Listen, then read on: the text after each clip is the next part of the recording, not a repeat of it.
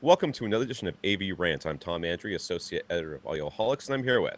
Rob H. This is AV Rant, your home theater and AV questions answered. I like that one. That's a good one. Short and sweet. Print it. Print that Got one. it. Write that down in someplace. I am nodding my head for those not watching to video. the website so that you can make changes to the website because I don't even know what your login is. I looked for Rob H or First Reflect and it's not any of those.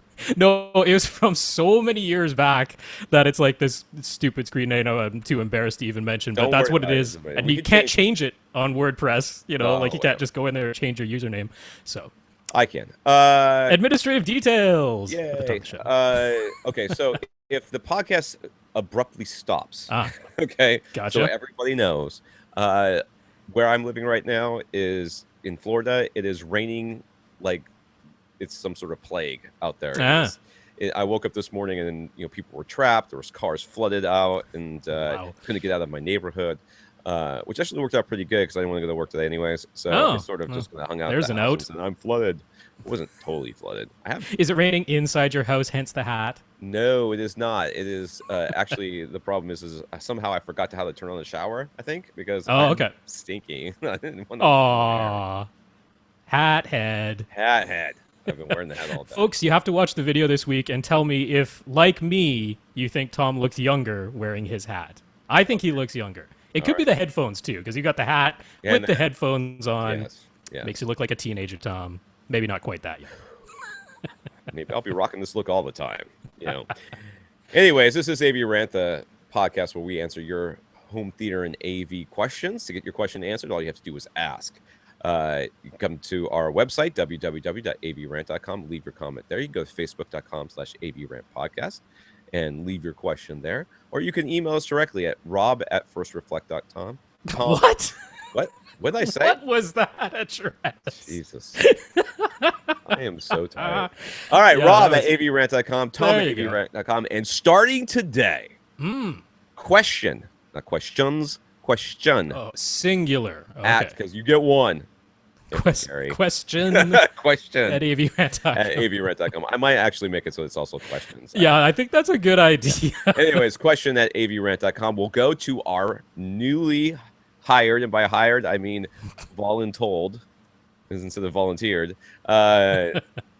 producer, Austen. Austen will be joining us from time to time during the podcast to hang out and talk and offer his 2 or 1 or however many cents he has to offer. And he will be fielding all the questions, putting the questions together for us. And he also has his own podcast, which is called, what the heck is it called? We Watch Movies. We Watch Movies. Okay, it's him and a couple of his friends talk about movies they watch. Sometimes they're new, sometimes they're old, and they talk about them. And they did go to like film school.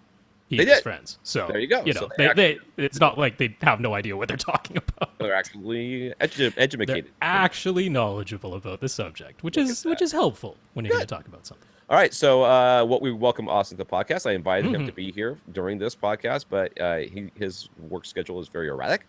And today he can't make it, so we will be introducing you to him. And he's been on the podcast before with your 4-person podcast. That's right, not that long ago. Yep, folks met Austen. I am very much looking forward to possibly lightening the workload. That would be tremendously helpful. Right? We're spreading it out. Spread it out. Hey, ask for help. I'm doing all the editing, and you're doing the research, and he's doing the questions. And now I think that's the right number of people. I think it'll work. I think it'll definitely help. So that'll be great. Maybe we'll end up doing more than one podcast a week if it's not so stressful for us to get the one podcast done.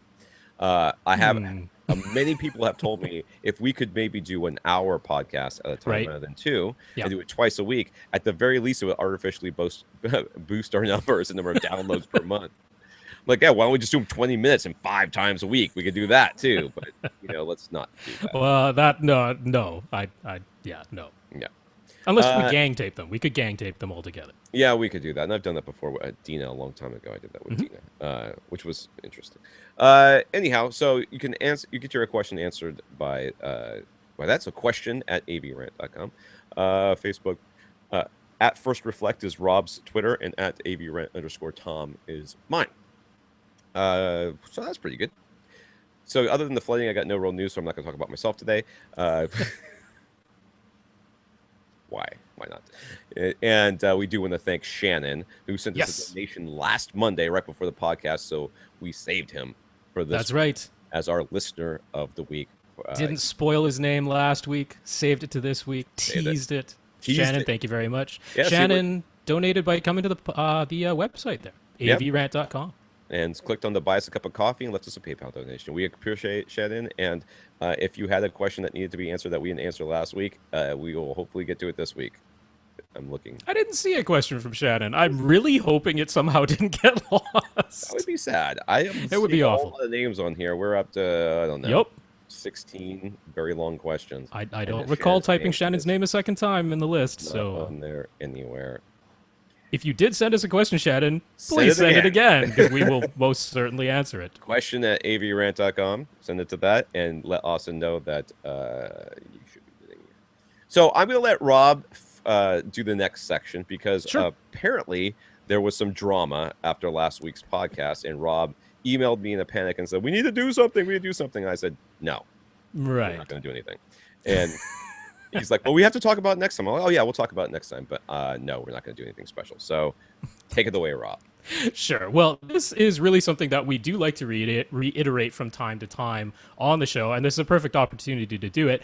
I'm just going to start before addressing the two folks who wrote to us with these concerns. In general on this podcast, one of the things we said is that we want it to be like the opposite of the unwelcoming forums where people go online and they type a question and the responses they get basically make them say, well, I'm out of here because that wasn't helpful and it was just plain mean. And we do not want that to ever happen on this podcast. We want people to feel welcome, like they can ask us any question, like they don't have to worry if it's been asked before, or they don't have to feel like what they're asking is silly or something they should already know or something they could Google. None of that stuff. Ask us your question, we'll answer it. It's as simple as that. But while we're doing that, I mean, certainly for myself, I've started to feel like some of the people that we talk to regularly on this podcast are like friends, not just, acquaintances I have no familiarity with, like they're actually friends. And once I start feeling like people I'm talking to online are friends, I actually start like poking fun at them and maybe even insulting them. That's kind of what we do. Exactly. Guys, you get a bunch of guys together and somebody says something stupid and everybody else is going to jump on them. That's the way it goes. Hey, that's what I am with my friends. That's for sure. Exactly. That's what they are with me as well. Every time I say something stupid, believe me, they just look at me like, oh, we cannot wait to get you alone and tell you all the stupid things you just said. And, the thing is, those type of ribbing and joking around and stuff, it's like actually a sign of affection, right? But that doesn't always come across the way it's intended. And certainly if somebody's like writing in for the first time and then we start laughing while we're answering their question, they feel like, why are these guys laughing at me? I asked them a question in earnest, and they're basically turning this into a joke. And that's the way Jim felt when he wrote to us. He was asking about his attic room. It's a smaller space. It's got this slanted ceiling. And I mean, speaking for myself, I want to say the reason I was laughing is because his room is actually pretty darn similar to my room. I don't have the slant on my ceiling, but I have a really small room in my apartment. And to me, it is funny. I find my own room amusing because I've crammed 11 speakers and a separate gigantic ATI amplifier and 2 huge subwoofers into this stupidly small room, and I can't help but laugh at it. But I love this stuff, and I'm throwing it all in there, and obviously it's not my master plan. And so when Jim wrote with a situation like that, in my head, that's all I was thinking about. I'm like, oh, he's got a situation like that. He's got all these speakers and he wants to use the ball and he's got this small room. And I'm like, that's funny. And Tom's saying like, your entire ceiling is going to be covered in speakers. And we were joking, somebody else, their entire floor is going to be made out of subwoofers. And we were just kind of on that roll. And that's where the laughter was coming from. But I completely get how Jim felt like we were laughing at him or at his situation. And it's really important we clarify that was not our intent whatsoever. I sincerely apologize to Jim already on Facebook, and I'll say, I'm sorry, Jim. We did not mean it that way, and he deserves an apology because it came across wrong. But, that's really what it was. It was a miscommunication. Now, we have on this podcast over and over again, between Rob and I, talked about how we address questions. Now, whether or not we talked about it on the podcast or not, we talk about it off air. And what we do is we address the questions and we don't really address the person. We don't talk about the person. perfect example, what you're talking about at the very beginning, is Infinite Gary. Infinite Gary writes in with just oodles of questions. And at this point, if Infinite Gary walked in my house, first of all, I wouldn't know what he looked like. But if he walked in my house, I'd be like, dude, seriously? You write a lot of questions. And I expect him to laugh at that because it's true. Yeah. But we're friendly, and I don't mind giving him a little bit of a hard time because, frankly, we're providing him with a lot of service for, nothing, essentially, which is fine, which is what this podcast is here for. But in both the cases that we're going to address, specifically with Jim, never once did we say anything bad about, first of all, his gear, because we never said his gear was in any way faulty, just that he had a lot of it. We never said anything bad about Jim personally. I know we didn't, because I would have remembered doing that, and because I would have been the one that said it. Because you are Canadian and you don't do that sort of thing, but I do. And we never addressed anything about the person. Now, this is an entertainment podcast. It is educational, but it's not dry, monotone. It's meant to have some levity. We definitely don't take everything seriously and stoic, because I wouldn't want to be a part of a stoic podcast. I can understand how Jim got a little bent out of shape or whatever, but frankly, that's going to happen. And while I'm sorry that Jim felt that way, if people are going to take offense to the fact that we are trying to be not only answer their question but be entertaining at the same time, I can't stop you from feeling that way, Jim. And I'm sorry that you did, but that's the podcast. So I hope that it doesn't stop you from listening to us. And if you have any more questions, feel free to ask them. But there's a very good chance next time you ask a question, I'm also going to make a joke about something. Since I make a joke about every single question that asked on this podcast, I'm not making an exception for you. Sorry about that. Yeah, I have to say, certainly other situations, like I talk to guys at work or, just if other friends or friends of friends, and, very often someone will come up and say, oh, I'm ready to buy a Bose system, and they're excited about it. They're like, because they've heard from the salespeople, this is going to be great, and they think it looks fantastic, and everything they've read about it says it sounds great. And if they're in earnest asking me, do you have an alternative, or do you think this is the right decision, or I was comparing the Bose to this other system and I actually thought this other cheaper system sounded better, how can that be, like those type of things, sometimes saying what I really genuinely believe to be true ends up hurting somebody's feelings. There's that too, right? That's why every time I go into somebody's home theater that or their home and they're like, hey, doesn't this sound great? The answer is always yes. Right. Because I'm in their home, and I'm not there to insult them. But if they were like the other day, I was just talking with a friend of mine. I'm like, dude, this new sauce I came up with completely nails this. And I'm like, what do you think? He goes, yeah, man, it's great. I'm like, but seriously, what do you think? He goes, well, it's a little bit overdone in this way. I'm like, sure. Because the seriously made the difference. So when somebody comes to you with a oh, I'm going to go buy Bose, I can't wait. You're like, oh yeah, have fun with that. You don't need to be pulling the rug. I mean, that's not what anybody wants to hear at that point. Yeah. And frankly, Jim did not hear that from us either. What we said was, don't put all those speakers on your ceiling. And this is where you should place your surrounds, and this is where you could place the subwoofer or whatever it was. So what became clear on Facebook, because I actually I had already seen a video that GIK Acoustics had produced. It was one of their users who actually had an attic space very similar to Jim's with that slanted roof on the back. And so I linked him to that video on Facebook. He got to watch that, and it became clear from Jim's response. He's like, oh, he didn't realize what an impact the shape of his room was going to have on the sound. And for guys like Tom and I, who are talking about this stuff every single week and have been doing so for a few years, in my case, and for like 8 years in Tom's case, on air, and more than that before the podcast ever started, it is very easy for us to forget that not everyone is thinking in that way, because we're thinking in that way all the time, and we've mentioned it repeatedly on the podcast. So, all I can do is say, I'm sorry, Jim, we did not mean to hurt your feelings, and it seems like everything worked out quite well as far as over on Facebook goes. So Jim was actually saying there, he did take in what we said, and he's like, he actually has the option to expand that room to use basically the entire width of part of the attic, so that he would have slants on the left and right side, and he could face forward. Yeah, that would be better. To the window. And he was like, "Is that better?" I'm like, "Yes, that is much better. Definitely better. Do that. Yeah, tremendously better." So there you go, Jim. That's easy to answer. So the second person we wanted to address is Josh. Sorry, any more to say on that? No, I was getting back into Jim's room, so maybe we shouldn't do that today. We could go on to Josh. That's right. Yeah. No, that was really his question. Is like, is that better than what he was planning? It's like, yes, it is, and that's as simple as that one needs to be. So, so Josh was the fellow who was writing about the BBE Sonic Maximizer, and so when we first talked about it, I was basing it off of a review that I had found of a unit, and then Josh wrote back in and said, you didn't get that right. This is what it really does, and sent us BBE's own description of it. And then Tom and I basically tore that description apart. Well, we didn't even read the entire description, which Josh was a little disappointed that we were going to, ridicule it without actually saying what it said. But at the same time, we ridiculed it because we thought it was ridiculous what they had written.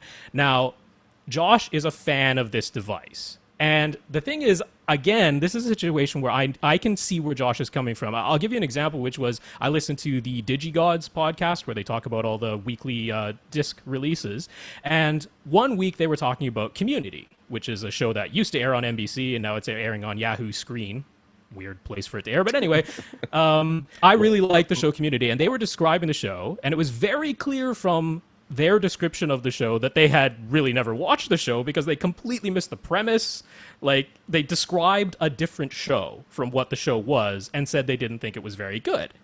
So I wrote to them and I said, I have zero problem with you guys not liking the show and it not being fans, but I think it's a disservice to your listeners to really not describe even the basic premise of the show, like to actually get that completely wrong. So it's like, if I said Ant-Man is a documentary that runs for 35 minutes, I'm like, no, that is just faulty information. That's not right. So Josh's first complaint was, okay, you got the information wrong. You said it did one thing and it doesn't do that, and here's what it really does.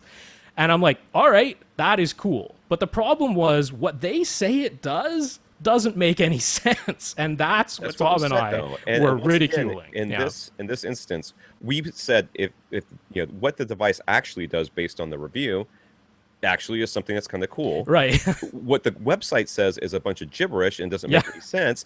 And never once did we say that Josh was in any way at fault for not only owning the device but also liking it. Well, that's just it. I mean, there are three separate things here because you've got Josh's feeling about the device, which you are free to like what you like, and I believe Josh. I mean, I've seen the videos demonstrating what this Sonic Maximizer does, and I'm like, it does something. You can hear the difference it's making, and if you like that difference, then great.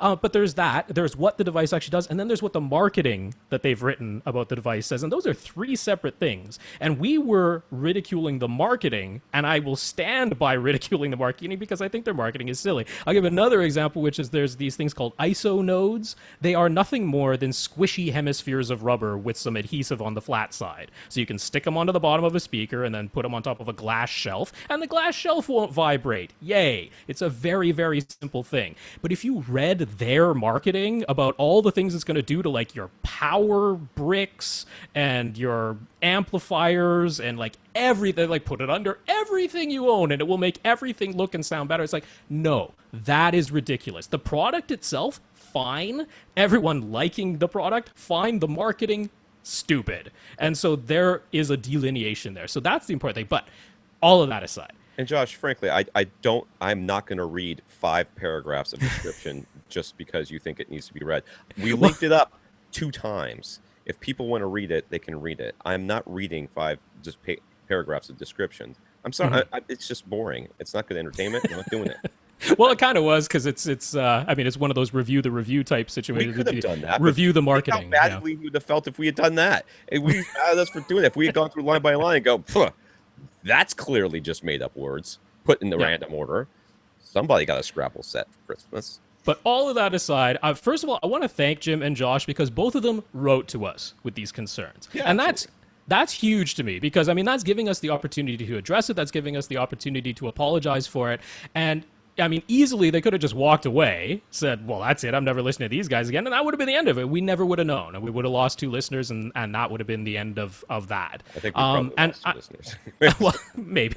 I mean, I'm sure that has happened a ton of times before. But the fact is, they cared enough to give us the opportunity to address it. So that's what we're doing here. Josh felt that, in general, the show, the podcast, has been trending towards being a more insensitive, more belittling towards. I mean, that's the way he's felt about the way that we've started to addressing questions. You know what? That's a good wake up call for me, if nothing else. I mean, I miss having another person on the podcast to sometimes rein us back in and say, hey, you need to explain that a little bit, or hey, that wasn't clear what you just said, because when it's just Tom and I, we don't always get that type of reminder. I don't agree with belittling, because once again, I can't remember the last time we talked, other than Infinite Gary, talked about a specific person specifically. And Gary, it's good-natured ribbing, and I don't have any. I mean, if Gary has a problem with it, please, Gary, let me know. We will never say it again. But I think it's all in good fun, at least that one instance. But never. You know, the only times that we talked about somebody specifically is when they're saying, I've heard this because compared to that, and then we talk about why they may have heard one thing or another, never at any point discounting that they actually heard it. Or no. You know what I mean? So I really you heard what you heard. We belittle people. I think he felt belittled, and we may be aloof at times, at least maybe not as not describing everything in the smallest detail like we maybe could, but insensitive, I don't think so. Belittling, I don't agree with at all. So well, I thought it was a good reminder. I appreciate that. I'm glad we had the chance to address it. And again, the major thing is we don't want anyone to feel unwelcome. That is the opposite of what we want. So the point is to get questions, and we can't answer questions that aren't asked. Exactly. So the fact that they happened 2 in a week is kind of interesting. But again, neither of these people were insulted. We in any way insult directly. So I'm sorry you guys felt the way you felt. Hopefully you'll stay listeners, and if not, then at least you got your questions answered. All right, news items. Dave over on Twitter sent us a UK article about they're gonna I guess as BT TV. That's the service provider, yeah. I never heard of I guess it's British television. I don't know. Could be. It was BBC TV, BBC One, BBC Two. Well, this is like cable provider. So. I guess, yeah. I don't know. We should if Liz was here, she would know. There you go. We'll be offering the first broadcast 4K UHD TV channel. It's £15 per month, which is about what, like $18 maybe. Something like that. Something like that. $20. And that'll get the Ultra HD TV package, and customers were required to have at least a 25 mega whatever bits per second internet service as well. And naturally, it's all for football, or as we like to say over on this side of the pond, soccer. Yep, so, that is definitely what they're focusing on first, which makes sense. Makes it, if you think.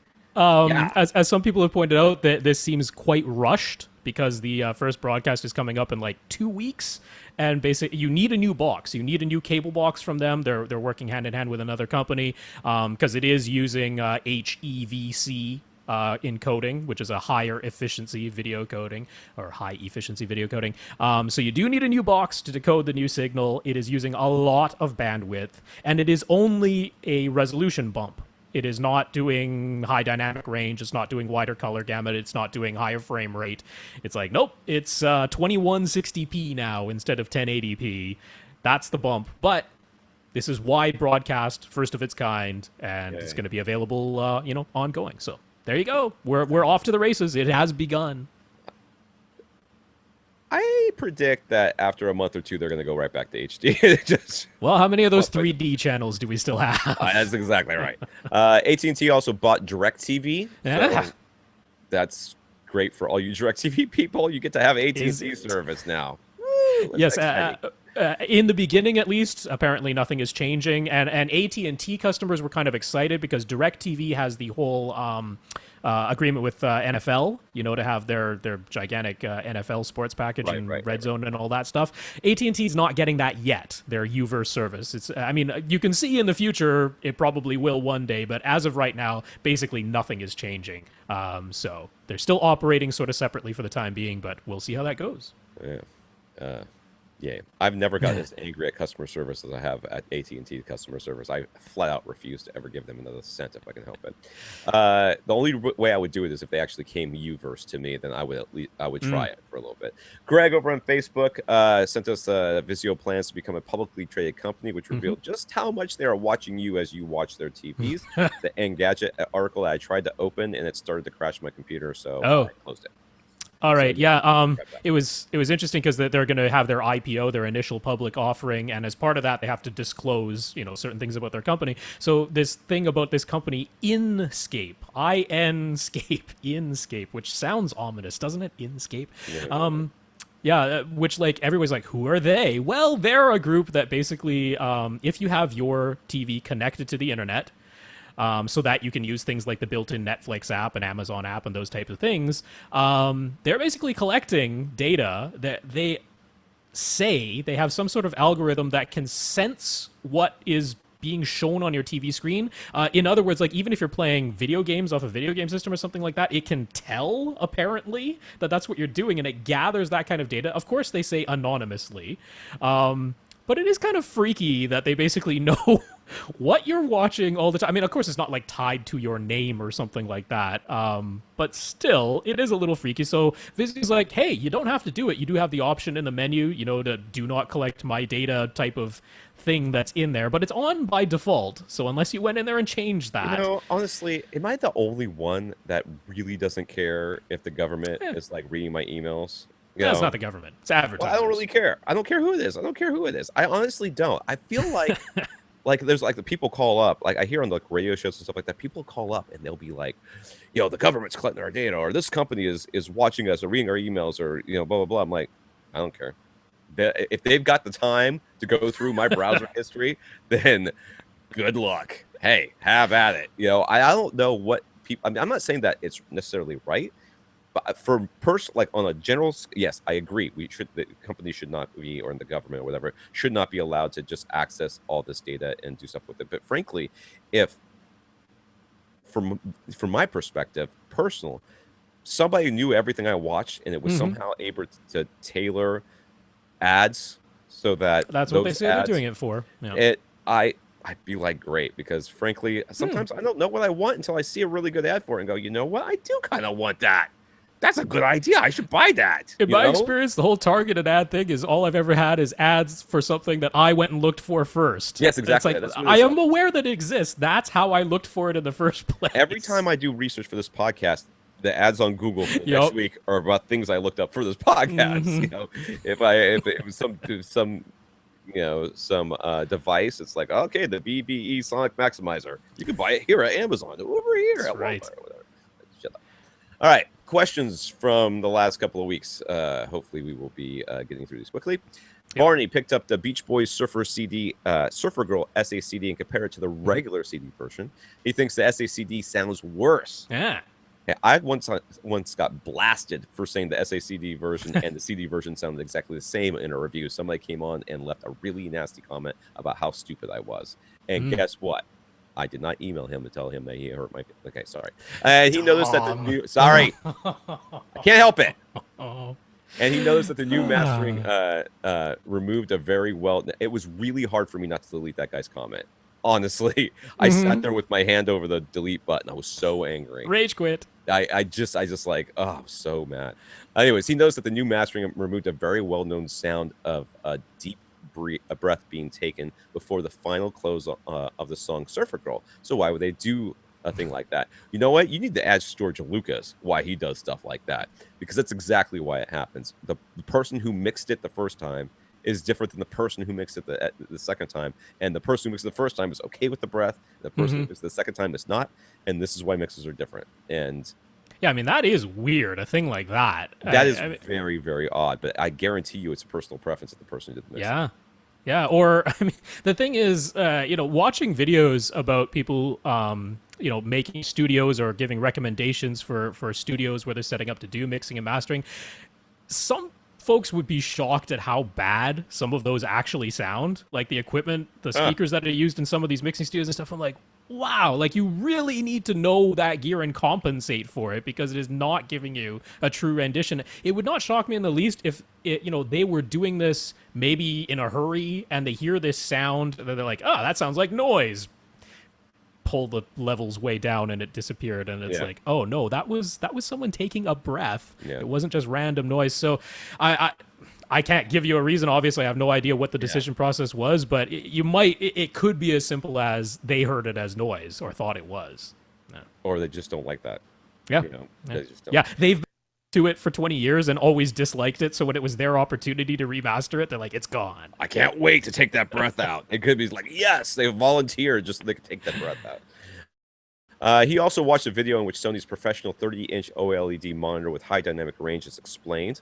Boy, there's a lot of jargon in that video too. I mean, it was just all sorts of stuff. Well, yeah, a lot of trademark names, but yeah. And one of them sounded really sort of like, if you listen to it, like somebody should. It sounded like a toaster or something. Barney thought the standard dynamic range monitor looked better in the video, but obviously he was watching the video on a standard dynamic range display. So how can we get an idea of what high dynamic range it actually looks like? Won't shooting it on a regular camera and showing it on a standard video make people think it actually looks worse? Well, I didn't necessarily agree with Barney that I thought it looked worse. I didn't really think it looked. I think it looked fine as far as, because you could see that there was clearly a difference between the two, and to me that was exciting. Okay. Not necessarily that I thought one looked better or worse. I thought that there was clearly a difference, and when you shoot the 1080p and the 4K, right, you're just looking at two monitors right next to each other. You go, I don't know, it looks the same. This clearly is different, and that made me excited about it. Now, will I like it? I expect to, but I don't know until I actually see it in person. And he's right. Shooting it with a regular camera and putting it on a display, what you won't be able to do is actually show the high dynamic range, but you'll be able to show, as they did in this video, that clearly one is got deeper darks and brighter brights than the other one does.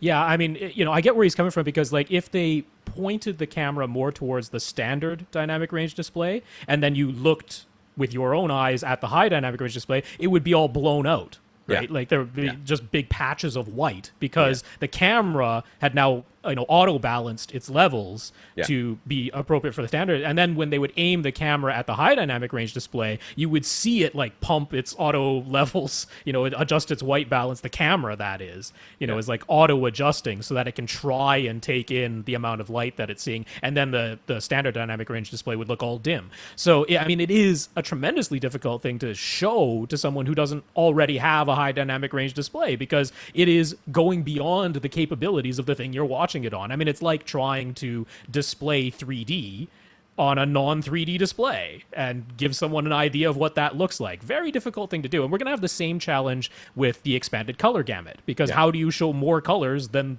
the thing you're watching it on? So this is going to be a challenge as far as like TV ads and that type of thing. I mean, they're going to do the trick that they always do, which is, they know that they're showing it on a standard dynamic range display with regular color gamut. So they're going to play with the image, digitally before they show it, so that they can. It says it right there on the commercials. A simulated image. Simulated image. Exactly. Yeah. That's exactly it. I got no problems with it. So we'll see what it comes out. He also read a review of Sony's FMP-X10 4K movie server. The review mentions how video compression of 4K content diminishes the picture quality, but without it, the movies cannot fit down on our current internet pipes. Will Ultra HD Blu-ray be uncompressed? No. I am a little confused by this question, because one is a streaming service and one is a disc, right? Yeah. Well, it's because like this FMP-X10 server downloads the movies. It doesn't stream them, although it is capable of streaming through services like Netflix or Sony's own movie streaming service. I forget what they call it. So in the review, they're making the comparison of, well, the streaming services are like super highly compressed, so that they can stream to you. Yeah. And then the downloads are not as compressed, so they look better, because they're not compressed to the same level, because you have the time to download it like overnight or whatever. So Barney's just wondering, like, is Ultra HD Blu-ray, which has even more space available to it, is that going to be like uncompressed? It's not compressed at all. No, it is very compressed. In fact, if you took the raw data, no video compression at all, you're talking like over 500 gigabytes for a 2-hour movie.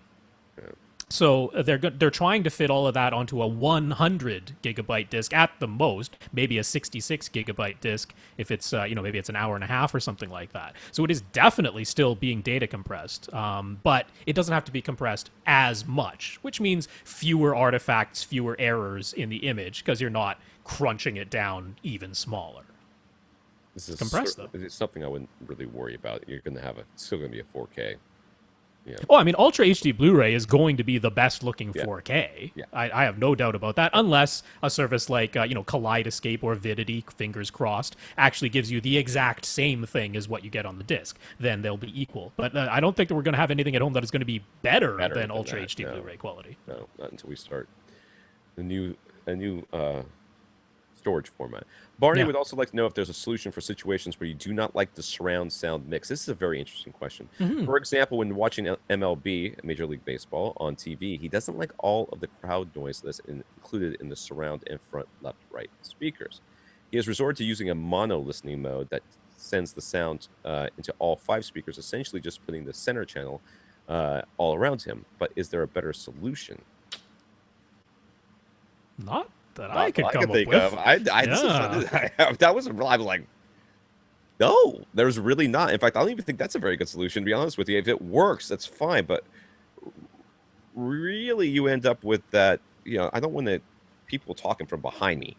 It's like all the way around. I think that would distract me more than the sound of because I thought that part of the crowd noise was part of what made it cool to watch it, right? That's what I've heard the exact opposite of the people who are like, I love the crowd noise. I wish it were louder so that I felt more like I was at the stadium, right? So I mean, it's in the recording.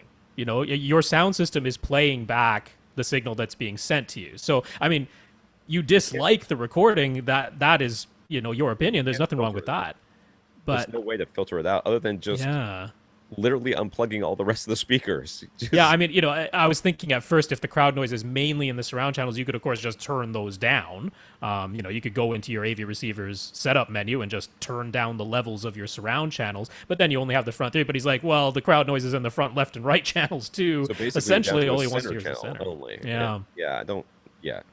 I think you're kind of hosed on that one, Barney, unfortunately. A little bit. I mean, it's kind of like, it's like getting a piece of surround sound music and just not liking the way they mixed it. And it's like, well, you don't like the way they mixed it. I mean, that happens to me all the time because I'll get an SACD. Back in for you either. I mean, there's I don't know that there's any other than what you came up with. And if that works for you, that's fine. If it's working for you, stick with that. Yeah, if I get one of those surround mixes where it has the perspective of me being in the middle of all the musicians, I can't stand that. I don't like that. But there's no listening mode I could switch to that would fix that for me. It's in the recording. That's what it is. You could put that Yamaha thing and then put all the speakers up front. But then you have to move your speakers. You still have crowd noise. No, I'm talking about for your source. Yes, he's out of luck. Barney read an article in which studio expert Carl Tatz, T-A-T-Z, talks about the importance of speaker positioning and the listening position. Barney was particularly interested in his comment that he could make a 7-foot by 9-foot room sound as good as $1 million studio. He said that he could do that for 1 seat. For 1 seat, is what he said. And if you read it carefully, that's what he said, for 1 seat. He says all you really need is that 1 seat to sound good. I'm like, yeah, if you're only one person, but what if there's other people in the room? You want them to sound good too, right? So, well, I mean, he's talking about a mixing studio. Yes, he is. This is not a playback. This is not a theater. This is when you're doing work mixing. And I mean, he didn't say this explicitly, but it's implied in there. The 7-foot by 9-foot room, you can make it sound really good in 1 seat, nowhere else, and with zero concern about aesthetics. Yes, that's because true. I promise you, there is some crazy room treatment being applied in that room. It is probably like a padded cell in there. Yeah, he doesn't want any reflections to begin with. That's right. Yeah, and then he actually. He does the whole mode thing where you figure out where the modes are, and then he places the speakers based on that. And no one places speakers based on that. I mean, not in a listening room. Not in the listening room. You place them where you can place them around your screen or whatever, and he's doing it completely different. There's nothing wrong with what he said. He's right. He's absolutely right. It's just not really feasible what he's saying. Yeah, I mean, and this is one of the reasons why sometimes people say, why can't I just hear the recordings exactly the way they heard it in the studio? right? Like, why can't I just recreate that exact same thing so that I know I'm hearing exactly what the people who made the recording wanted me to hear? Well, here's an example of why. Because their setup might be something where there's no place to put a TV screen, and you're sitting in some, like, position within the room that's going to be blocking walkways, and your speakers are going to be way out into the room, and you're going to have cables draped all over the place, and you have to pad the entire room in order to make it happen. It's like, well, if you're willing to do all that, and you're the only person ever listening, then you can have the studio experience. But when we're dealing with the real world, where we want to have more than one person listening, and we have a different shaped room, and we want to actually be able to have a TV screen up on the front, and we don't want our speakers in really weird places, then that's the reason why. He also mentions that there's, you know, a lot of listening studios, a lot of studios where you get used to whatever the speakers are, and whatever the problems are, your ear gets used to it. So you're like, okay, I know that this speaker doesn't have very much bass, or, you know, has a roll off on the high, so I have to mix, knowing the limitations of the speaker. And that's certainly not something you're going to be willing to do in your home theater. None of us want to do that. Oh, well, you know. Well, I mean, we do it automatically. That is what break-in is. You know, when people say, oh, yeah, I had to listen to these speakers for 2 weeks before they broke in. Speakers didn't break in. Your brain broke in and figured out how to compensate for the weirdness the speaker is doing. Yeah. All right, Jonathan. You know, Jonathan gets kicked out of sending us like the longest articles in known Jonathan history. was like, oh, that this article was that long. I just reread it today. Like, tried to. It is long. We have the link. You can see for yourself. The Wall of Sound. We will put the link up there. The Wall of Sound playback system talks all about the history and how they got split up, and some people still have them, and like somebody bought one of the speakers, and you know how they ended up doing it the way they did it. It's really very interesting, and it's all about you know, sort of this idea that, you know, before the Grateful Dead really did this, you know, going to see a concert, a lot of times it was just they just didn't know enough about sound to give it a really good experience like they do now, and it was just a lot of noise, you know, and things didn't get to you at the right times, and there was, you know, sort of interactions and stuff, and you know, it was also like just the state of technology where they didn't have solid state amplifiers. They didn't have multi-100 watt amplifiers for cheap prices. It was like, no, it was still tube amplification and stuff like that. Tube amps. They were carrying it, and they would have to send it out 3 days. And, oh, jeez. Very interesting. Carry it around in a tractor trailer, you know, $250,000 worth of stuff at that time. Like, this is in the late 60s, right? So, you know, they say, what is it, about equal to about $1.3 million today worth of speakers and amps? They did say that the Wall of Sound broke the band, as far as it basically bankrupt the band trying to have that. Jonathan also. So I just wanted to touch on one thing. With the real key with the whole Wall of Sound is that it really sort of introduced the line array. Yes, and not just a line array, which is where you stack a whole bunch of drivers vertically that are all playing the same sounds. And what that does is it creates a big lobe of sound, where as long as you're within that big lobe, it essentially sounds the same. Even if you're like way farther away from the speaker, as long as you're within that lobe, it all kind of sounds pretty uniform. And once you're outside of that lobe, it completely collapses, which is actually good for an outdoor venue, because then you're not bothering everyone around you. It's really sort of only within this thing that's created by the line array. But what they did here, which really hasn't been recreated anywhere else because it's entirely impractical to do so, is they made the line arrays tall enough, we're talking over 3 stories high, it's like, you know, 36 feet high, that it's actually as tall as the wavelength of the bass note that's being produced. I mean, to get a line array to cause directionality in bass, we talk about bass being omnidirectional all the time. Well, you can make it directional. This is how. You have to make the speaker just as big as the wavelength of the sound you're producing. So they did it. Good on them. Yep. Jonathan recently had an experience where he forgot to bring his in-ear monitors for a flight. Oops. He bought some Sony MDRZX1. Really? MDRZX? No, ZX. MDRZX110NC. Doesn't that roll off the tongue? Noise-canceling headphones for $60 from the store at the airport. Of course, they were overpriced. He says the noise canceling worked, but they were easily the worst sound quality he's ever heard in headphones in his life. And quote, he was surprised user reviews on Amazon were almost all positive. Yeah. You think? He has concluded that Sony's only goal with these headphones was the noise canceling feature. Brand reputation means nothing, and that any purchase can be a crapshoot. You get what you pay for, and Amazon reviewers have no ears. Yeah, there's like a user review on the HeadFi, which is not nearly as positive as what he's talking about. Yeah, honestly, Jonathan, to give the users on Amazon a break, they are comparing it to earbuds almost exclusively. Everything sounds better than the earbuds, and that's why people on Amazon. That's why you have to read between the lines. Like, I'm always reading those reviews on Amazon. I'm like, you don't know what you're talking about. You know what you're talking about. You know what you're talking about.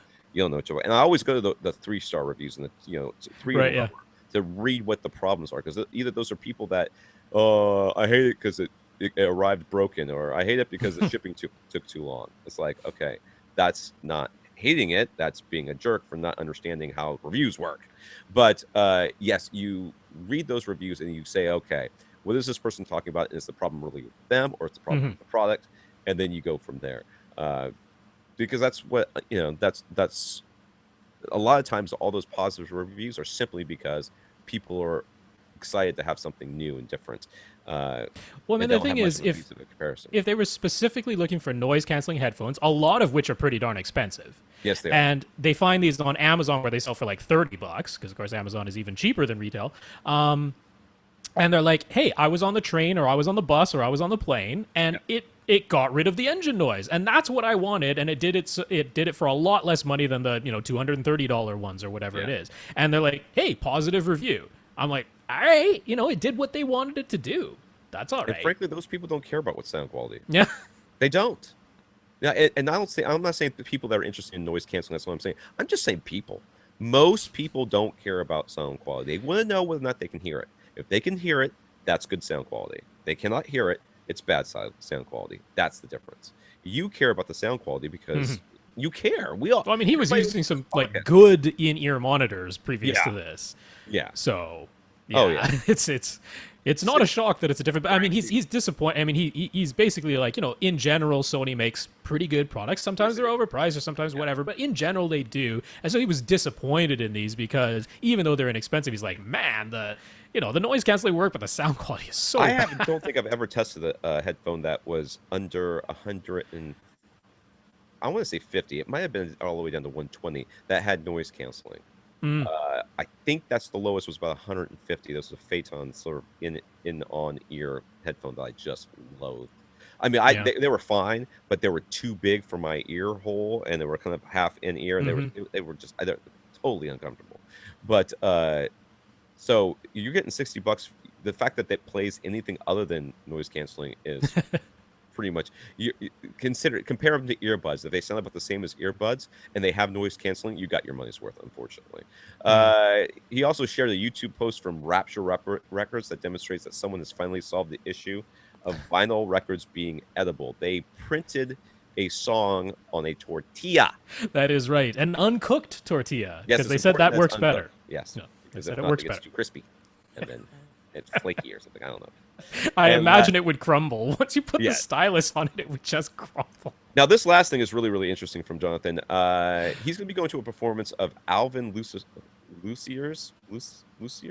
don't know. Lucier? Something like that. I Am Sitting in a Room. That's the name of it. I Am Sitting in a Room. It is basically what it is it's like a paragraph. He's a paragraph into a microphone. Okay. Into the microphone.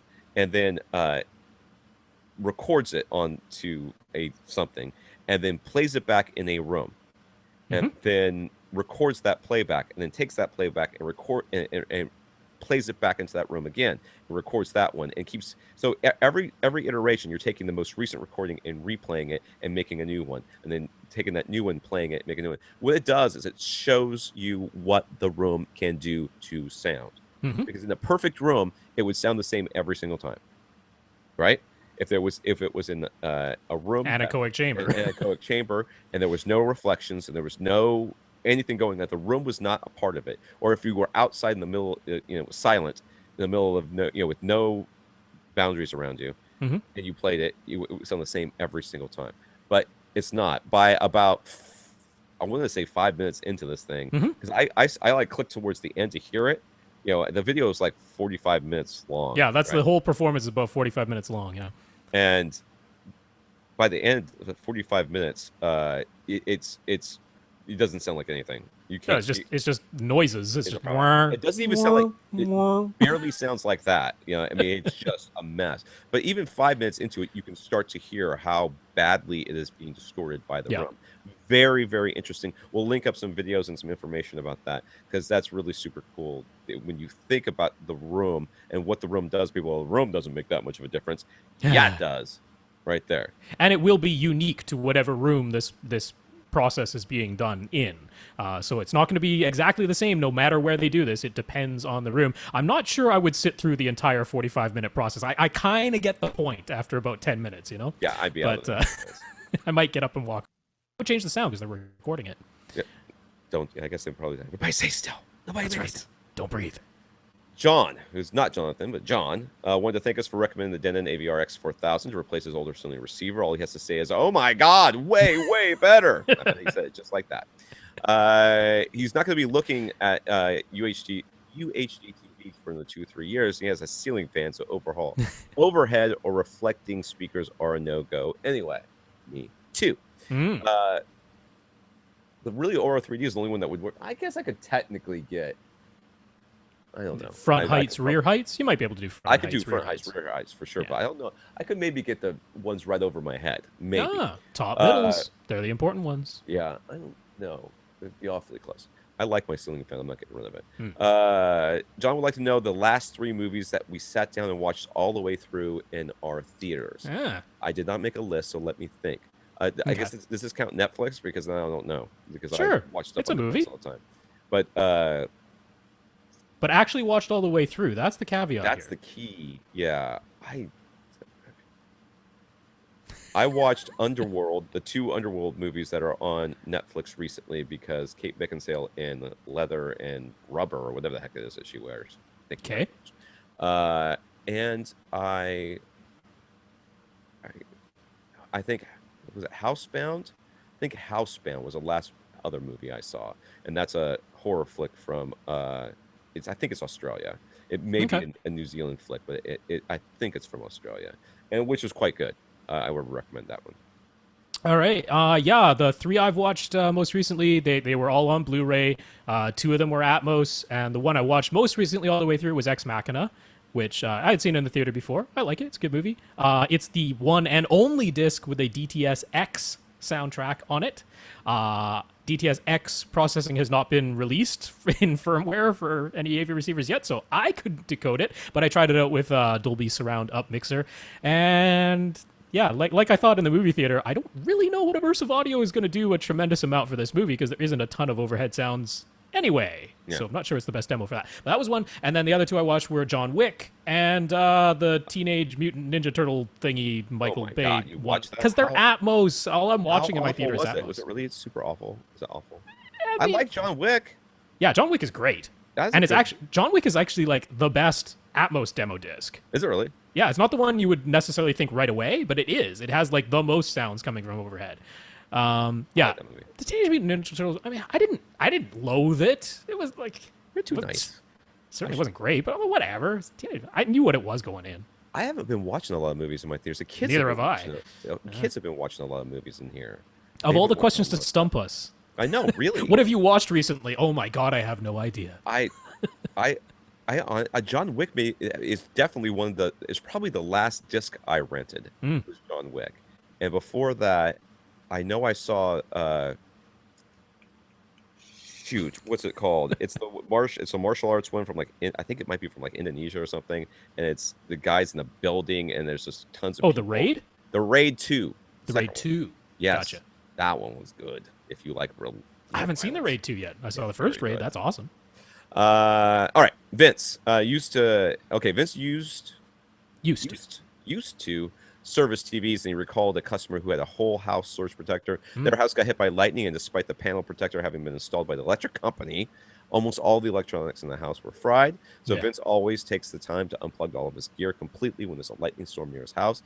It's the only way to truly protect your gear. This is true. Yes. He also, Who was it who joined our hangout yeah, party and had his house didn't get hit by lightning, but lightning struck very on the ground, very close to his house. yep, He had a whole house surge protector. He had an APC surge protector on yep, his TV and gear. Still fried it. yeah. I'm not nearly as careful about that as I should because technically Yeah. I've got an Ethernet cable going in there and it can get in Mm-hmm. and it doesn't. I don't have it going through my surge protector, which I should. Blah, blah, blah, blah. Vince also wanted to know if there's an easy way to search the AV Rant website for specific topics, such as all the times we talked about a particular brand of speakers. There is a search function, but we don't, especially before we started doing this question and answer, Mm-hmm. and even now, I don't always list every single brand that we talk about, every Yeah, single question. because So no, there's not. often we mention a brand and we have a link to it, but all it says in text on the site is link, Yeah. and you can click on it, but that isn't gonna get filtered through a search. So, I'm sorry, Chris. yeah. We could talk to our producer about that. Oh man, would that be some work? Steve, no, not going back and fixing the old ones. No. I'm talking about From here on out. Yeah, Stephen's 12-year-old Rotel Pre-Pro started to have audio dropouts. He had previously written to AV Rant asking if this Yamaha CX-A5000 processor would be a good replacement. I think we said, yeah. I think that was our response. He wound up grabbing an RX-A2040 AV receiver on clearance just to try it out. That let him get rid of about 20 cables now that he's using HDMI. Everything is working well, and he thinks the 2040 sounds every bit of good, if not better, than his old Rotel. He has not been impressed with Wipeout, but he's very happy doing his own manual setup and using a Velodyne SMS-1 and to EQ the bass. And the 2040 offers more features than you can poke a stick at. And if by that you mean DSPs, I agree. It's got streaming services and stuff too. Yeah? Yes, I know. It's got streaming service and app control and all sorts of other stuff too. So he's not really looking to upgrade or anything, but he's wondering how much better the CX-A5000 could have possibly been. It costs a lot more than the 2040 AV receiver, but the 2040 has proven to be a darn good sounding pre-pro. So where does all that extra money buy you? Well, it gets you more speakers. That's 11.2, right? And so 9.2, which is what the 2040 can power 7 speakers itself if you wanted to, and it can process 9 all at once. Yeah. Okay, so yeah, gets you to 11. Gets you to 11. It's got the better YPOW with the it has the RSC and with the angle measurements. Yeah, angle measurements.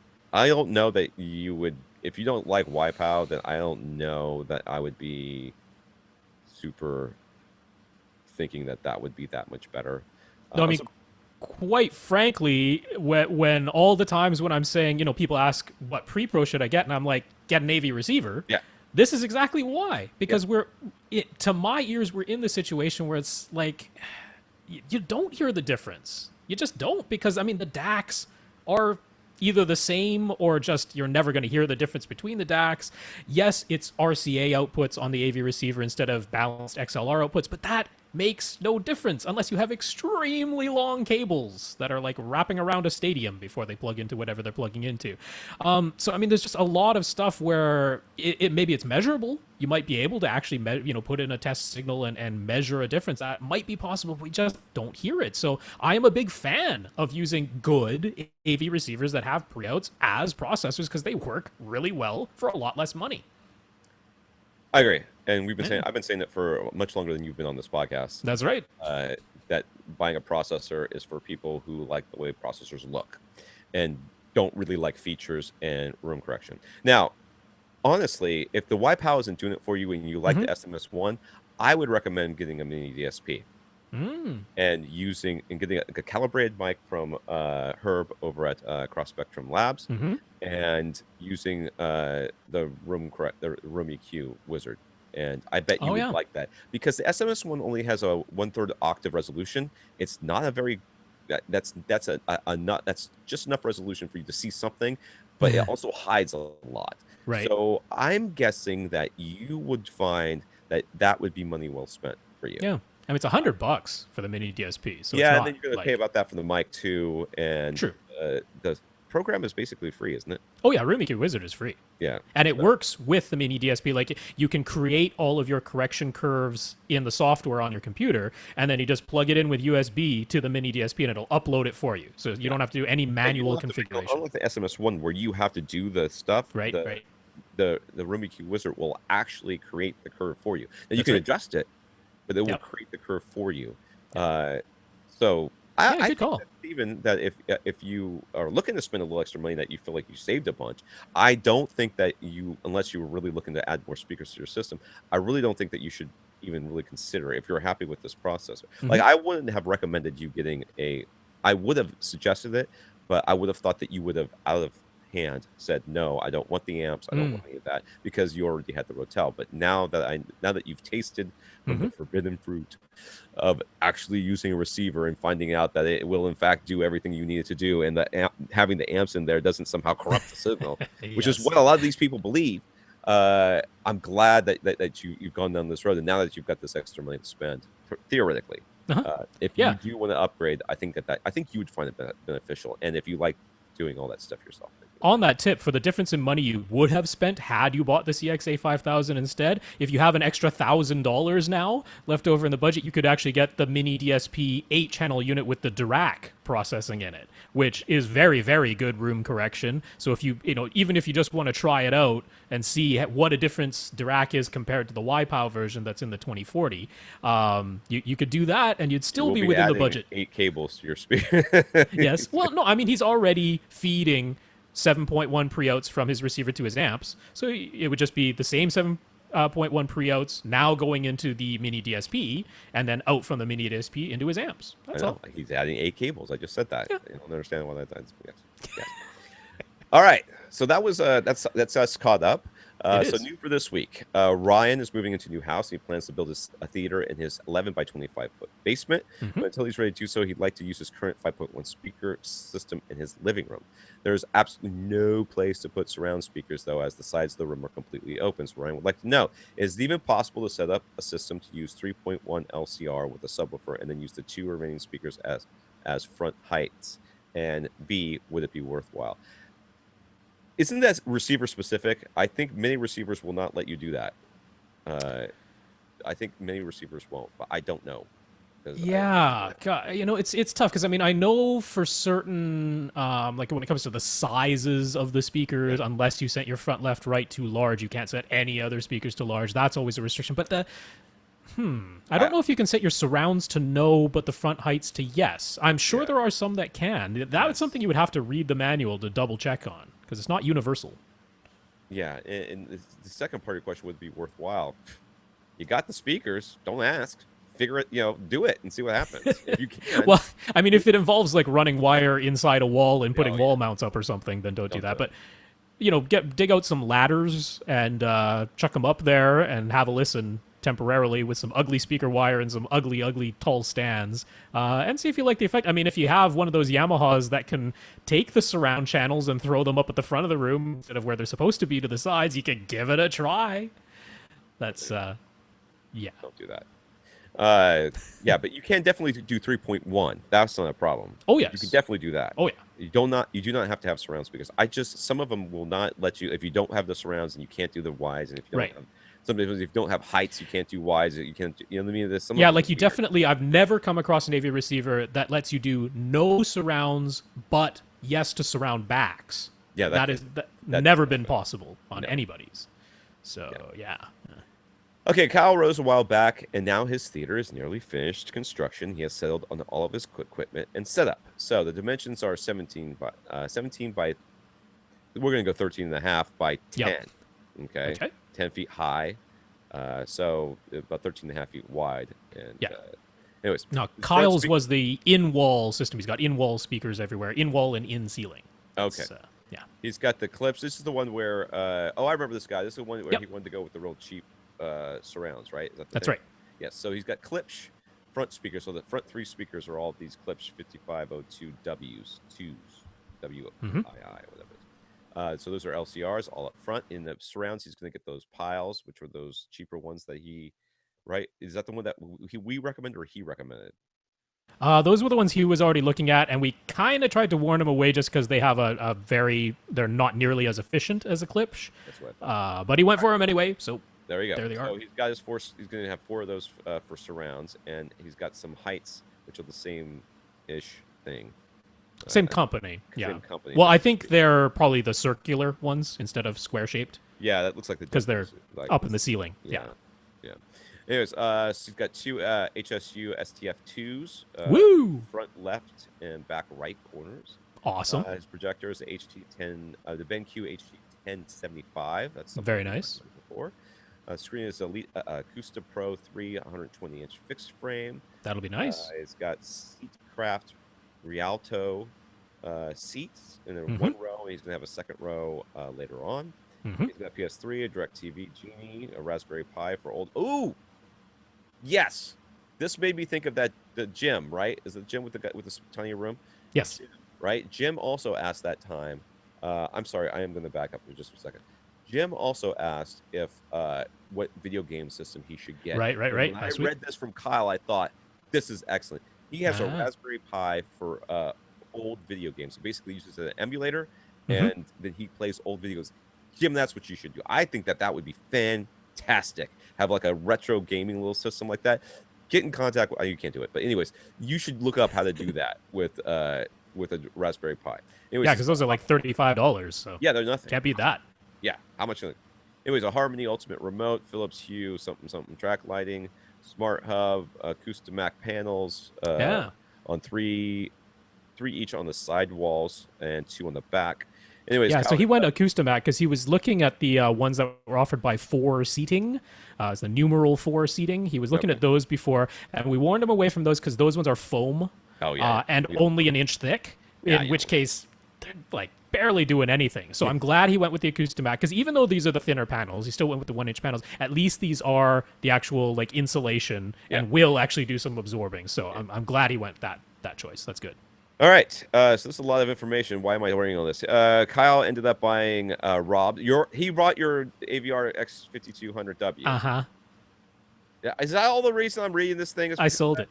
I copy and pasted. I don't know. I was in a hurry. So, anyways, his question was about a receiver, and you said, "Well, buy mine," and he said, "Okay," and then that's the end of this. Well, questions. As far as there's questions though. All right, so he's got some questions of the current state of AV receiver. Several models that have recently been announced say that they support Dolby Atmos, but they max out at 5.2.2.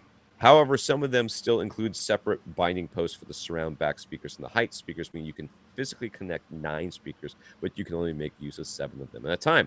Does that mean that for Atmos, the receiver would automatically use the 5 main speakers plus the 2 heights, and then for, say, DTS, HDMI, or True HD, it would automatically switch over and use the surround backs instead of the heights? No, that's not what it means. Well, not necessarily. In some cases, yes. No, you have to go through. No. In some automatically, you have to go through and tell it which speakers to use. You have to in the speaker setup. You have to. It's not going to go, "Oh, I'm not going to use the surround backs for this movie, but I will use it for the next movie." It's not going to do that. Well, in some of them, like in some of the Denons that have this, when you do the auto setup, when you do the Odyssey auto setup, it attempts to play test tones out of every single connection that it has. And it will detect whether or not sound came out of it. And so it will set up that, okay, you have both surround backs and front heights physically connected. And then it is a matter of when you select the listening mode has to have been set up with whatever your speaker setup is. So once you have that all done, all arranged in the menu, when you switch listening modes, it does switch between them, as long as it has actual separate binding posts for them, and it isn't like a shared assignable binding post. But it depends. It depends on the model. It's not it's not a universal thing. I will take your word for it, but I have never heard of it. Yeah, no, I mean, it's like the 50 or the 5200 that he has now. You can actually physically connect 13 speakers to that. It can run 11 of them at any given time. So depending on the sound mode, it will decide whether to use the front wide speakers, whether to use the front height speakers, whether to use the top middles. So if I'm doing Odyssey DSX, it'll say, okay, you have front wides and front heights physically connected. Those are the ones I'll use. I'll turn off the top middles. But when it switches over to Atmos, it says, well, I can't use front wides, so I'll use the front heights and the top middles. Yeah. So It can work, but you got to be a little bit careful with it because it isn't universal across all brands and all models. All right. How long before models that can do 7.2.2 or 5.2.4 Atmos setups will be available for under $1,000? Will any of them actually have 9 amps built in? Under $1,000? This time next year, once they're on accessories for less. Well, yeah, I was gonna say, yeah. Are you talking about like direct from the manufacturer? Because 9 amps and under $1,000 is not something that's probably be going together. I mean, some of the manufacturers for a while. Some of the Pioneer ones, I think. Yeah? Some of the Pioneer ones, because the Pioneer ones strangely max out at 9. None of the Pioneer models can actually run 11 speakers. Not a single one of them. They max out at 9. But as far as I can recall, some of them have 9 amps built in. They can do 9, and they're not like crazy expensive retail, but they're not under $1,000. So I mean, coming up not very shortly, but like end of September, beginning of October, the Marantz SR6010, that's going to be hitting the market. It's supposed to be priced at $1,299, which means that once it gets to accessories for less, it'll be under $1,000. Yeah. But the SR6010 from Marantz has 7 amps built in, and then if you add 2 more amps, it can run 9 speakers. So even there, it doesn't have the 9 amps built in. It tends to be the ones that can actually run 11 speakers, but they have 9 amps built in. That seems to be the way most of it is going. They always give you 2 fewer amps than what it can drive. So now that he's waiting for your receiver to get to him, what are the best options for selling his stuff, since he doesn't have a podcast of which to unload his old gear on other people? So obviously, it's Craigslist, there's eBay. Yeah. AudioGone is the one that I would have recommended, because that's where people go for audio stuff. And if it's stuff you've got that's, honestly, I haven't spent a lot of time on AudioGone, and every time I go there, I'm usually looking at something crazy that somebody's selling. But I imagine they have all sorts of things on there, so it doesn't have to be just high-end cables. Your mic is getting really quiet. I can't do anything about it. I don't know what to tell you, and you're right. It is. I can see it. So in addition to AudioGone, there's actually, if you're in the United States, there's a somewhat newer one now, which is US Audio Mart. It's actually the guys who ran Canuck Audio Mart up here in Canada. They expanded into the USA, so now they have US Audio Mart, and they will actually share listings between Canuck Audio Mart and US Audio Mart, which is kind of nice, because I mean, why shouldn't we be able to ship things across the border to each other, even though our dollar is worth hardly anything right now? That's why. But yeah, the nice things about, of course, Craigslist and US Audio Mart is that they're completely free. With eBay, you're having to pay a fee to eBay and then to PayPal. So, some of whatever you sell it for ends up going to them. AudioGone, what happens with AudioGone? I haven't ever used them. Do they charge anything? Are they free? I don't have a clue. I honestly don't have a clue. I know you have to register with them. So. Yeah, there must be something. They must get something out of it, other than advertising. I could just be advertising. I don't know. So that's what I don't know. Look into it. Let us know about AudioGone. Somebody must know. So I bet Ray is typing to something to us right now. In Canada, I definitely like Canuck Audio Mart, because it is people who are looking for home theater equipment, but it's basically Craigslist. Yeah. So it's totally, it's just classifieds. It's just free. So I'd look at US Audio Mart. There you go. All right. Greg on Facebook wanted to bring to our attention the Immersit motion simulator project. It's a 4 air pump legs that go under the corners of your couch to vibrate, lift, and tilt the entire sofa, much like the D-Box or 4DX. They'll be doing a Kickstarter in September, which I hope fails spectacularly. And they're predicted your response. How could I know? How could I know? So shocking. They're hoping the final product will cost somewhere around $1,000, and they're hoping it will be stronger and closer to silent than their current prototype. You mean currently it sounds like an air compressor in your home theater? Ooh, sign me up for that. Yeah, I mean, there has to be an air compressor somewhere. Exactly. So I think so. I don't know how they're going to do it. I've never heard a silent air compressor. Loathe the things where the thing moves. It's just, I can't imagine any. My son, I make him sit in the back because he cannot sit still during movies. Like, he gets really emotionally invested in everything. So he jumps around, and he's actually, I just realized he has worn through I have some really cheap couches in here. They were given to me by a friend. he's absolutely worn through the pleather. Like it is just pop marked. I thought it was dirty. I ran my hand across it. It's just coming off because he bounces on it so much back there. Drives me absolutely nuts. And that's not even me. That's just me knowing that it's happening, not that I can actually feel it. So yeah, no, do not shake my couch, please, and certainly not for $1,000. I'll pay you $1,000 not to shake my couch. How about that? Well, there's marketing. That's very effective. Yeah, the Engadget write-up of this, where one of their writers actually gave it a try. They were sort of saying that they liked it for video games because, I mean, much like the D-Box system or the 4DX system, for movies, the idea is that someone will have to program a separate bit of metadata. They're saying it'll just come off your laptop, so you sync up the play of the laptop and I guess the disc or whatever you're playing it off of, and it's reading the data for this motion simulation stuff to go along with the movie. But it can actually be used without any of that stuff. You can use it much just like a bass shaker and just connect it to the LFE channel and it'll just rumble your couch. But they're saying with video games, they have it so that when you move the controller, so you push the analog stick to the left, it'll tilt the whole couch to the left. So they were like, for racing games or first-person shooters, I'm like, I am bad enough at games. I do not need my whole chair moving on me. That is not going to help me aim any better or take that corner any tighter by having my whole seat. They shouldn't call this the Immersit motion simulator. They should call it the Immersit drink spiller, because that's exactly what it's going to be. It's like you're sitting there, you have a little rum and coke in your hands, or beer or wine or whatever it is, and watching your movie, and all of a sudden something's going to happen, and it's going to fling your drink. It's going to be like Airplane, the movie Airplane, with the guys drinks going all over the place. No. Bad product. They want to make it stronger because it doesn't do that yet. Clearly. So if it's on an ejector seat, I don't want it. Is that what it is? So I've tried D-Box a couple of times in the movie theaters, and I mean, it's a novelty. It's a kind of fun thing to do once in a while. I certainly would not use it every time, but for $1,000, I don't know. I'm not like if you buy this, Rob, you and I are going to have a serious conversation about your future on this podcast. Don't buy this, Rob.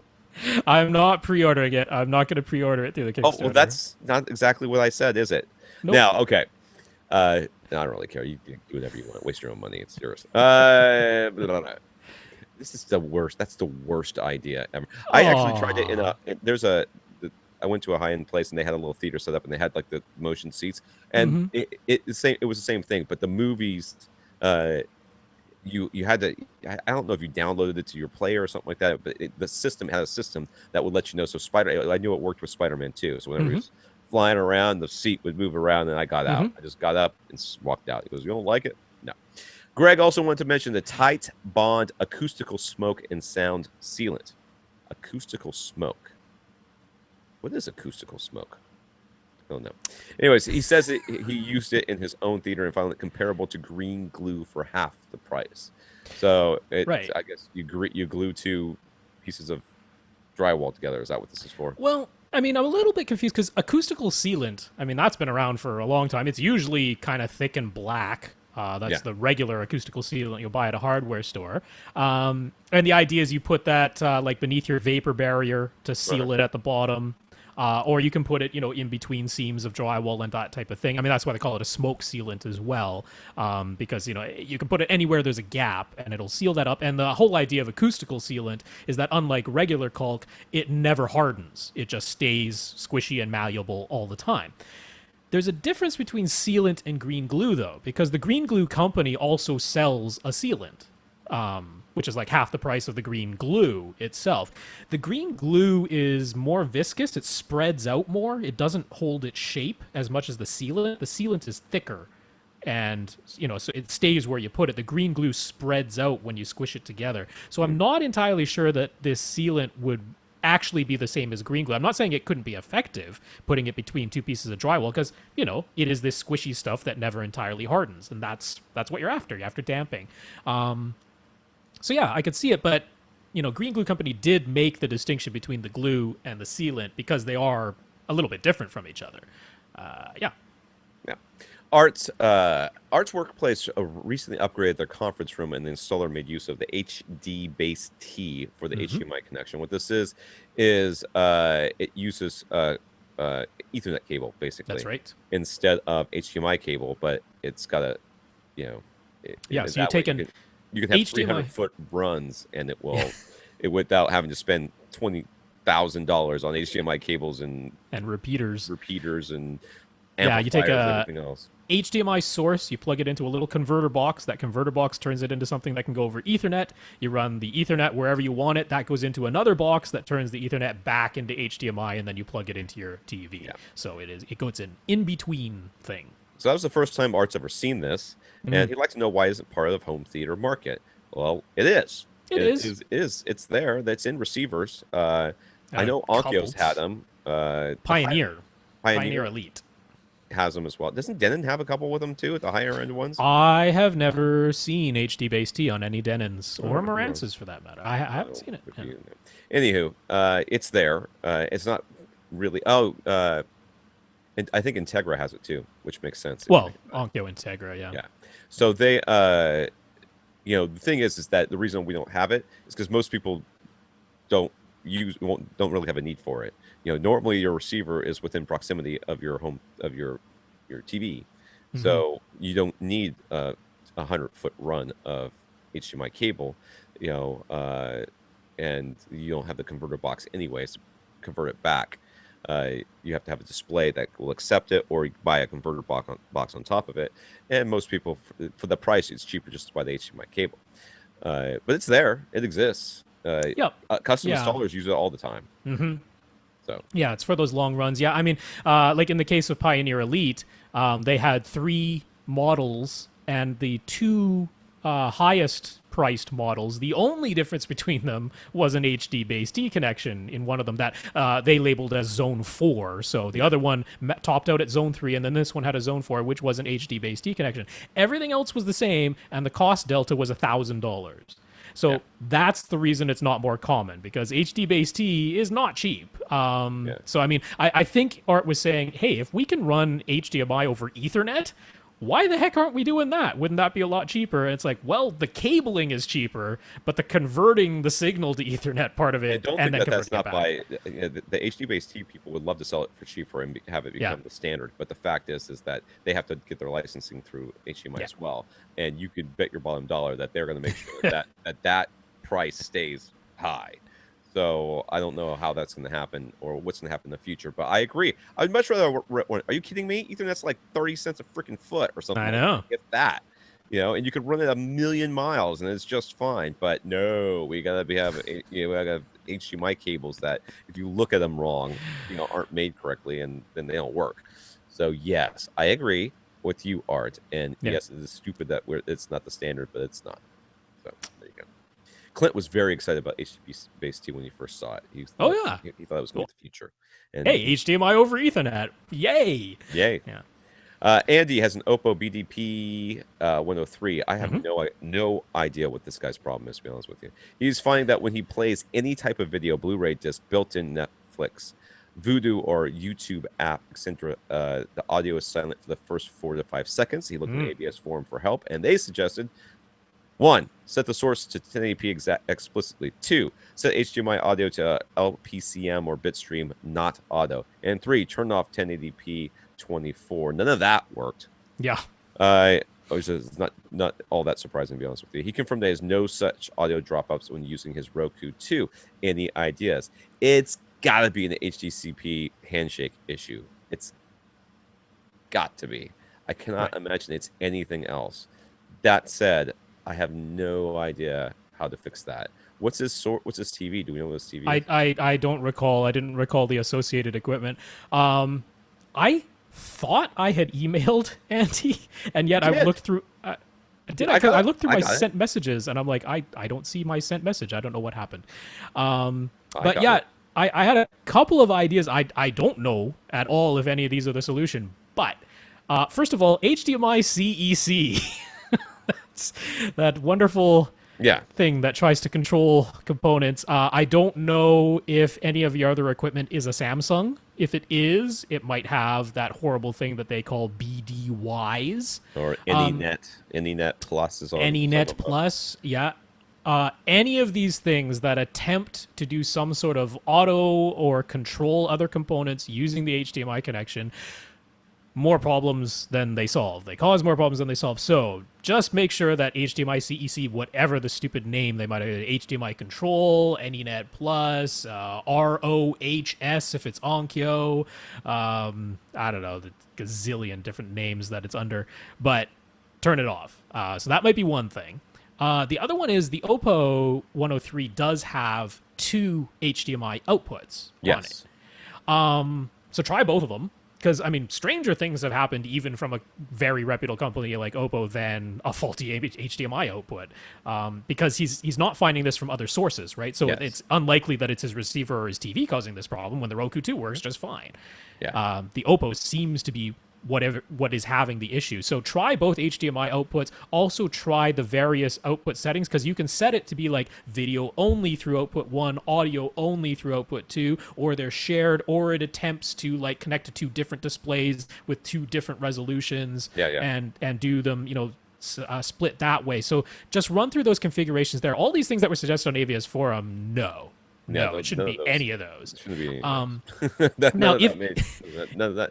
Yeah, that's clearly people who don't know what they're talking about. If you are sending bitstream audio, you know, like you're actually sending the DTS HD Master Audio or Dolby True HD bitstream, it is very common to have a little bit of a moment while your AV receiver figures out. Not 4 to 5 seconds. Really long time. Yeah. That's what makes me think it's HDCP. You know, it's that handshake issue. Me too. Which I would say, if you have not already contacted Oppo about this, I would contact Oppo about this. Oh yeah, they are helpful there, man. Tweet at them. They will tweet back to you, I promise. Yes. In fact, you should be doing it right now. Yeah. Like if you're listening to this on your phone, open Twitter and do it right now. Honestly, I mean, I've actually had a really good experience, kind of a good experience. We'll see if it works out with Netflix lately, because my son has got a Nexus 7, and he's been complaining that his Netflix doesn't work. And I'm like, what? Netflix works? Shut up. You know, and I go and it doesn't work. Like you play it and you can hear it, but you can't see it. So I contacted Netflix and I'm like, listen, I've already done this, and this. What, you know, it's like their little chat thing, and the person on there went, okay, well, that was all the stuff I was going to tell you to do. Hold on a second. And they are calling me. They are going to call me this week. Netflix is calling me to find out, to help try to walk me through it, because they're like having a team meeting about this problem, and they're trying to figure out what it is. So, you know, Oppo is going to be the same way, hopefully, with you. They respond. They're very responsive. So I would definitely call them. Because this is weird. That isn't. It shouldn't be like that. It shouldn't do that. So. Joseph just ordered his second SVS PC. This is cylinder 2000 sub. Woohoo! His first PC 2000 is currently placed in the front right corner of his room, which is the listening space is 2,100 cubic feet, and the kitchen, which is just off to the listening space, is another 2,000. So there's 4,000 plus cubic feet in here. He's got an Onkyo TX-NR818 running 5.1, which will soon be 5.2. He's got SVS Prime towers, a sensor, and the satellites. And the way this room is laid out, it's 16 feet wide, 11 feet deep. So he's facing the short. You know, the room is wider than it is long from front to back. And then on one side there is the front door. On the right side there's the front door. On the left side it opens to the kitchen, and there's some hallway back there and stuff like that. And right now he's got it in the front right corner, so that if you open the front door and you walked into the house, the sub would be behind the door. Gotcha. Okay, and the TV and stuff would be as you walked into the house to the right. The couch would be on the wall to the left. So. Second sub. Where do they go? Yeah. So he has 3 possible locations: front left of the theater, which would be kind of in the middle, you know, of this massive space. If you consider the kitchen and everything. If you took the whole space into account, it's sort of in the front middle of that.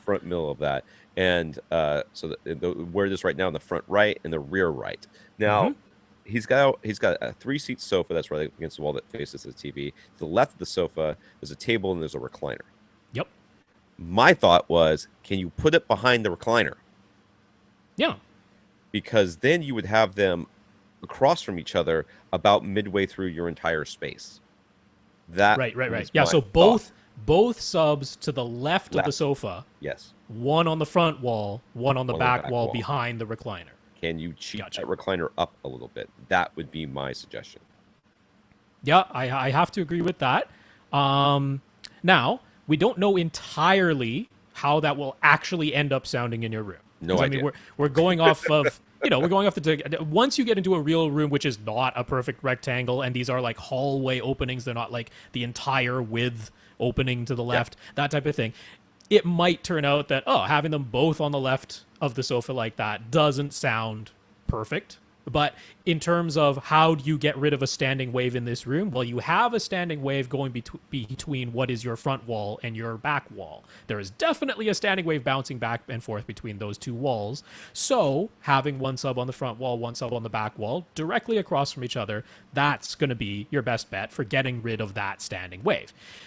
If it doesn't sound great, then I would say where he's put his question mark subs makes a lot of sense, which is one on the front wall, to the left of the TV, and then one in the right rear corner. Again, you want them across the room from each other at the very least. You don't want them both on the front wall or both on the back wall. So yeah, those would be all the places to try, really. I mean, realistically, he's not going to put it in the kitchen, so...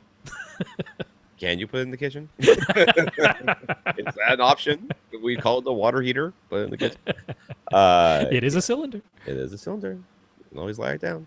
All right. So that's our suggestions. Yes. Bob says we've mentioned several times how placing two subwoofers across the room from one another means that they absorb each other's sound waves at the wall, so they act as a sort of active bass trap for one another. Bob would like to know. When did we say that? It seems like a long time ago. You've said that. And it was mere seconds ago, and yet. It has come up from time to time.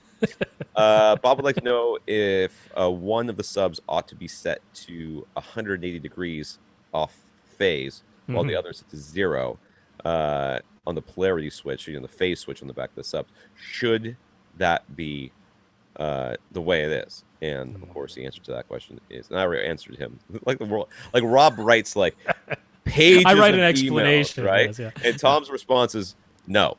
That was it. That's all I was like. See, when Jonathan sent that article about the wall, now I know how people feel when they get an email from me. That's right, exactly like that. But no, it doesn't need to be. The idea is that they should be in phase with each other. They should be going, they should be hitting at the same time. Yeah, it's a room. So those waves are hitting each other when you expect them to, not 180 degrees off of each other. Yeah, it's a tricky thing when you try to conceptualize waves, because we mention things like, these two waves canceled each other out, or these two waves doubled each other up. We say things like that quite a bit, but what's really important to know is only at one particular location did that occur. Only in this one spot did these two waves meet and cancel each other out, or meet each other and double each other up. Anywhere else, that isn't the case, because waves, when they meet, they just pass through one another. Right where they meet, right in the molecules of air where they meet, maybe those molecules of air now stand still because there are two waves coming from opposite directions that are perfectly equal and opposite, and they meet each other, and now that molecule of air stands perfectly still. And you go, well, isn't that the end of the wave? Nope. It transmits right through. If you drop two rocks into a pond of water, the waves pass right through each other. But right in those places where the two waves are overlapping, things happen. They cancel out, they double up, whatever it is. So when you're conceptualizing, okay, I've got one sub on my left and one sub on my right, and they're both playing at exactly the same time, isn't that going to just cancel out everything or create a big, massive problem? Nope, because the waves pass through each other. So right in the middle, right in the exact spot where they meet, something happens. And they should actually just cancel each other out right in that spot instead of doubling themselves up. That's what should happen. So for that one particular frequency, if you had one ear, you would not want to sit in that spot. But even just by having two ears on either side of your head, you don't have the problem of, I'm just not going to hear anything because I have two subs playing in phase with each other, facing each other, opposite across the room. So if you turned one of them out of phase, that would actually be a big problem. Because now, if they're playing at exactly the same time, but they're both pushing and pulling in the same direction together, which is what would happen if you face two subs at each other, but then you put one 180 degrees out of phase or exactly opposite polarity, now you've just created a big... Everything shifts to the left, everything shifts to the right, all at the same time, instead of opposing each other. so that it catches it at the wall and cancels out right in the middle, right at that molecule where they meet in the middle of the room. So you need them to be in phase with each other. Yes. Here's another question I answered with... that was longer than nope, my answer. That was. And I think this other question I answered exactly the same sort of way. Dev, I was sitting at the computer, so I was working on the podcast, and that's why I answered these questions. I usually don't. Has a Dayton Sub-1200 in his front left corner of his room pushed right up against the walls. Would pulling the subwoofer 1 foot away from either or both walls be of any benefit? My response was, maybe, try it. Because I don't know. Pretty much. I mean, it can make a difference. I don't know. It won't necessarily. Just a little less information about this room so I could go up. But really, there was no way we could know that. There's no way. Yeah. It could make a difference in some rooms. It might make a huge difference. In many rooms, I think it wouldn't. But we won't know until you try it. So you're going to have to try it to know for sure. And the second part of his question is, does it matter that the port is down firing? Does that affect the placement?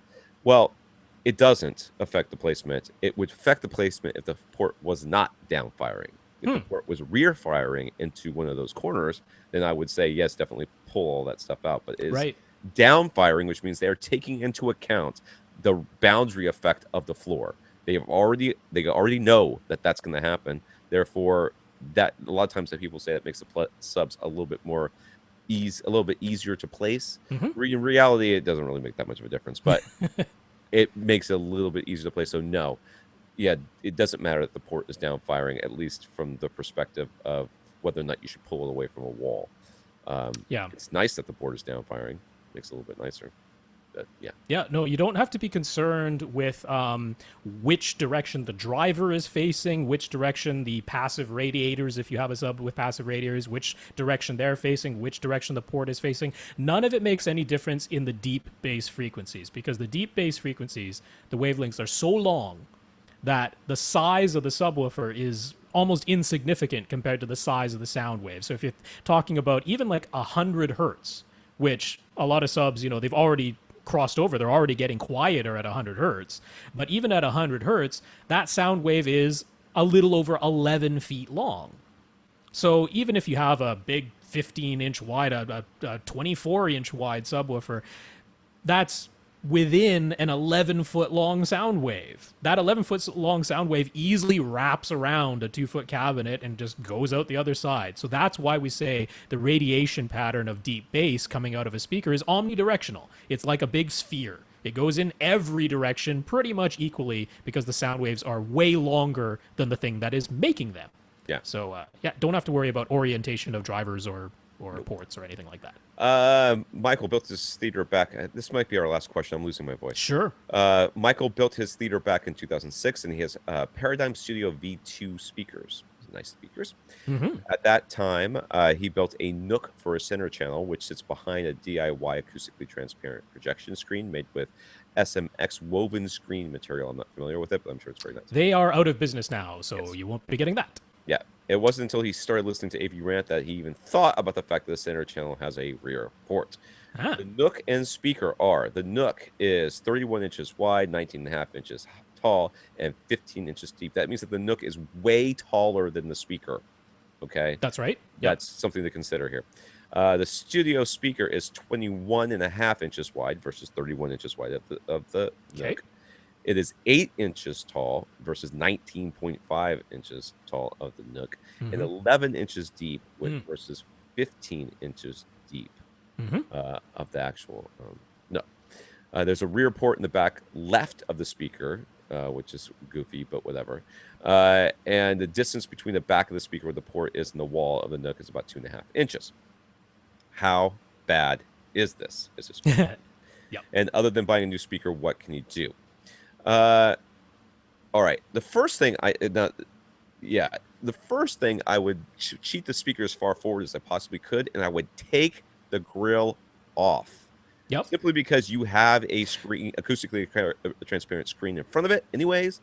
So if there's any slight attenuation of the high frequencies from the grill, which I am not 100% convinced actually happens, though some people swear by it, and that also is going to happen from the screen, well, then you've just doubled it up. So take the grill off. That'll give you another half an inch. Now, he mentioned a little bit about why he does have the grills on, which is that... Really? I didn't get that in the list. Yeah, I think that was a follow-up that you might not have gotten.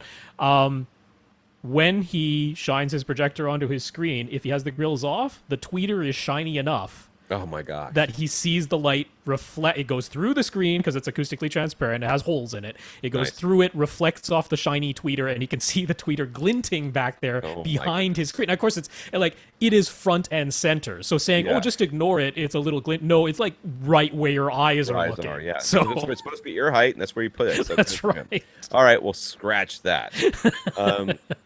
He seems to have put like a towel underneath it, I guess, for damping, which is nice. But with only, I mean, you could theoretically put acoustic material behind the center channel. Might make a difference. I don't know that I would really. Is it bothering you? I mean, that's my first question. Right. Is it before we do anything? I mean, yes, it's not optimal, but you've had this since 2006, and the entire time you thought to yourself, wow, something's really weird about the bass coming from my center channel, because that's where you would notice it. Yeah, we should talk about what effect is this having, and it's having an effect on the bass. Because I mean, it's not affecting your really high treble. That's just beaming out the front of the speaker, because really short wavelengths are just very beamy. The reason we try to say, you know, in general, we don't like putting a speaker inside a nook, whether it's rear ported or not, just any speaker at all, is because as the frequency gets lower, the more omnidirectional it becomes. And when you have this nook in behind any speaker, when you start playing bass, and bass, we're not even talking about like the really deep below 80 hertz stuff. We're talking like 250 hertz on down. Yeah. Right? 250 hertz, very audible. So what's happening is those wavelengths are already long enough. They're wrapping around a center speaker, around a bookshelf speaker. They're going out the back of that speaker. If you have a port, obviously there's sound going out the back of that speaker. And then it's bouncing around inside of this nook or inside of the bookcase, you know, because that's another situation just like this. And you're getting all of this additional sound reinforcement, not really very well controlled sound reinforcement. And then that eventually makes its way back out into the room. It's like, you know, cupping your hands around your mouth in a way. Yeah. It's a similar sort of thing that's going on there. So that's why we don't like it in general, but it's not the end of the world. I mean, you can EQ your bass. If you have boundary reinforcement with your bass, you can EQ that down so it isn't quite as loud anymore. So, you know, is this really bad? No, it's not really bad. It's not what you would do in an ideal world, but it's not the end of the world either, you know. It's not unsolvable. He's just he asks if he should plug his port. I would never recommend that. Plugging ports is something that people do have done for many years as a way of sort of modifying their speaker for their situation and blah blah blah. If the manufacturer does not say, hey, you can plug this port, then you are risking damaging your speaker by plugging a port. You know, that speaker is designed to have that airflow in and out of that port as the drivers go in and out. If you plug it, if you really plug it, you are creating a sealed space behind there that speaker was never meant to have.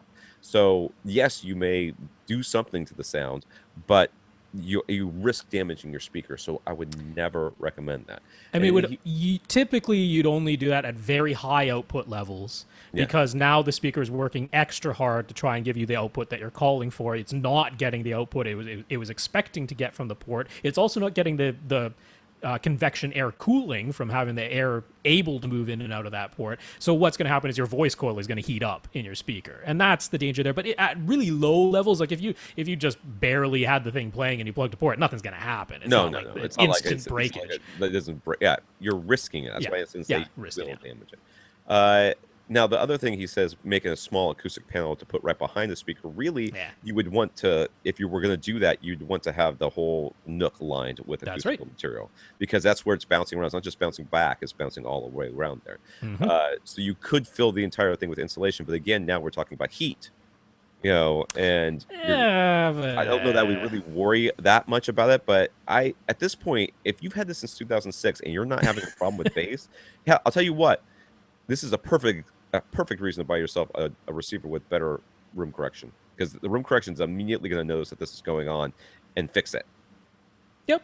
So yeah, I mean, I personally, I would treat it like an in-cabinet installation. You know, if I was gonna put speakers into a cabinet, if I was gonna put them into a bookshelf, into a nook, I would just take some regular insulation, the yellow stuff, the pink stuff, the rock wool, whatever it is, what's convenient and cheap, because it all effectively works the same as far as acoustics goes, and I would just lightly fill that entire nook. I wouldn't stuff it in there. I wouldn't cram it in there tight. I wouldn't make it so that the center speaker wedges into the installation and can barely be brought out. No, you just lightly pack it in there so that you're not getting all the resonance from all the sound bouncing around inside that nook. The port will still be able to breathe. Again, you're not packing it tight. Just loosely put insulation into that nook. That's what I would do. I treat it exactly like an in-cabinet installation.